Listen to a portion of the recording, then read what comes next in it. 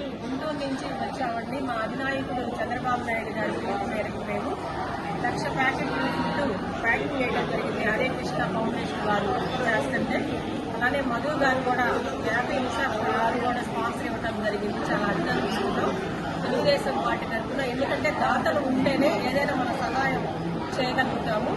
పక్క జిల్లా ఈ కష్టం వచ్చినందుకు పక్క జిల్లా ప్రజలకు చాలా బాధపడుతూ నా వంతు సహాయంగా మేము ఈ ఫుడ్ ప్యాకింగ్ చేయడం మనకు అందించడం జరిగింది. మా ఫ్రెండ్స్ అందరూ లేడీస్ రావడం కూడా వాళ్ళ పేరున అభినందిస్తున్నాను. సరిగ్గా నాన్న ఏ రోజు కూడా బయటకు రాని మనిషి కూడా ఇవాళ నేను వస్తానని చెప్పి రావడం జరిగింది. మురళి అన్నకి అందరం కూడా దాదాపు 150 మంది దాకా లేడీస్ వచ్చి ఇక్కడ ప్యాకింగ్ చేయడం జరిగింది.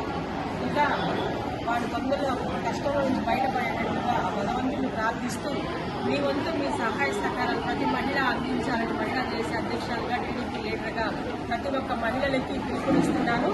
మీరు బట్టలు కూడా కొత్త బట్టలు ఉంటే ఇంకా మళ్ళీ మనం కొనుక్కోవచ్చు. అవన్నీ కూడా వాళ్ళకి ఇచ్చేయండి. తర్వాత మనం ప్రధానం కొనుక్కున్న ఇబ్బంది లేదు. తోటి మహిళ బాగుండాలా, వాళ్ళకి వాళ్ళు బాధపడకూడదు అనేది మా కాన్సెప్ట్.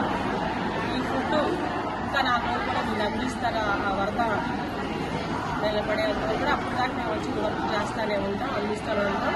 మా నాయకుడు కూడా నిద్ర ఆహారాలు మానేసి ప్రజల కోసం ప్రజల మధ్యలోనే ఉంటున్నాడు.